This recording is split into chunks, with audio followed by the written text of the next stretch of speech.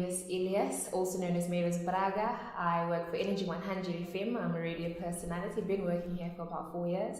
I'm also a student at the University of Science and Technology, now known as NUST, and I'm a civil engineering student final year.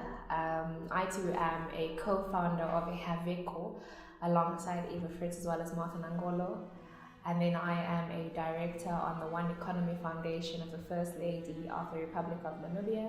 I was born in Oshakati. So in grade 8, when I went to Delta, my personality was such that it was a little too broad. I didn't understand myself because I was academically excellent, but at the same time, I was what you would call naughty. So when I eventually left high school, I left with somewhat of a reputation.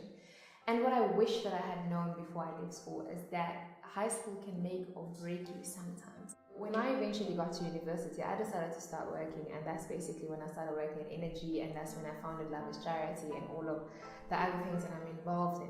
But the reason as to why I actually decided to do all of this is because of one very human, my grandmother. I love the lady with everything that is me. One of the things that I take with me is that if you want to live like a queen, you have to work like a slave. There's absolutely no shortcut in life. And once you start taking shortcuts, you get burned in the way. Being intentional about your time, ensuring that what you put your energy into is what you will get out. What I'm basically trying to say is you need to recognize what is it in your life that requires your energy. Where do you want to go? Set goals. Be intentional about your time. And if you want something, don't let anybody stop you. There's no such thing as no. If you're finding yourself struggling to find yourself, struggling to understand your own personality, struggling to understand why there's so much diversity in your personality, you don't tend to fit into either one of the groups, you don't fit in with the cool kids, you don't fit in with the nerds, you don't fit in anyway.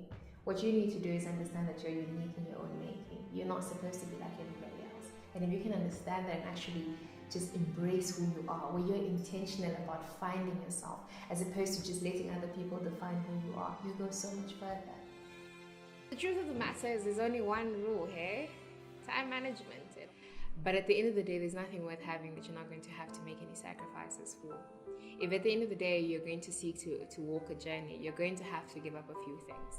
The quote that I live by, and I think that has changed my entire life, is the one day that I was sitting with my dad and he said to me, Mavis, you need to stop being obsessed with success and become obsessed with what will make you successful.